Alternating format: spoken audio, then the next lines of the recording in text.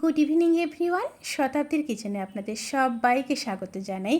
আজকের রেসিপি ভেন্ডি ভর্তা। গরম ভাতের সাথে যদি এরকম একটি ভর্তা থাকে আর ওই ভর্তার সাথে যদি আচার তেল আর একটু লেবু চিপে নেওয়া যায় তাহলে যে কি ভালো লাগে সে আমি বলে বোঝাতে পারবো না। অবশ্যই ট্রাই করবেন। তাহলে চলুন শুরু করা যাক আজকের এই সহজ এবং সুস্বাদু রেসিপি।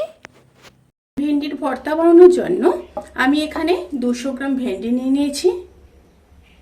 ভেন্ডিগুলোকে এইভাবে কেটে নিয়েছি। এইভাবে এবার কড়াইতে কিছুটা সর্ষের তেল দিয়ে দেব। তেলটা গরম হয়ে গেলে ভেন্ডিগুলোকে দিয়ে দেব। এবার ভেজে নেব।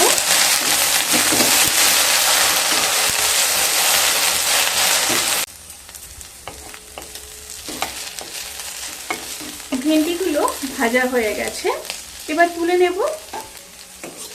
যেই পাত্রে ভেন্ডি মাখবো সেই পাত্রেই কিন্তু ভেন্ডিগুলোকে তুলে নিতে হবে। এবার কড়াইতে আরো একটু তেল দিয়ে দেব। তেলের মধ্যে দিয়ে দেব 2টো শুকনো লঙ্কা আর 4 কোয়া রসুন দিয়ে ভেজে নেব। রসুন আর লঙ্কা ভাজা হয়ে গেছে, এবার গ্যাসের ফ্লেমটাকে অফ করে দেব। অফ করে দিয়ে রসুন আর লঙ্কা তুলে নেব।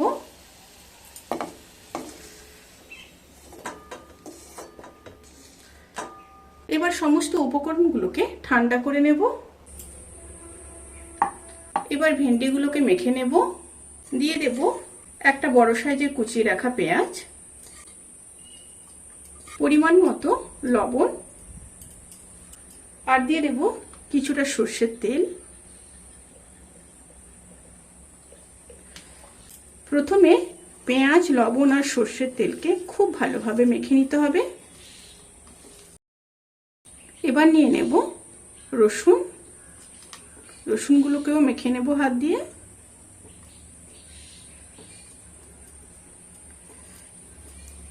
এবার নিয়ে নেব শুকনো লঙ্কা। আমি এখানে একটা শুকনো লঙ্কা ব্যবহার করছি। আপনারা এখানে লঙ্কার পরিমাণটা কমিয়ে কিংবা বাড়িয়ে নিতে পারেন। পেঁয়াজের সাথে খুব ভালোভাবে মেখে নিতে হবে। এই মাখাটা কিন্তু খুবই গুরুত্বপূর্ণ। যত ভালোভাবে মাখাবেন ভর্তাটা কিন্তু তত ভালো খেতে হবে। খুব ভালোভাবে মেখে নিয়েছি। এবার ভেন্ডির সাথে মেখে নেব।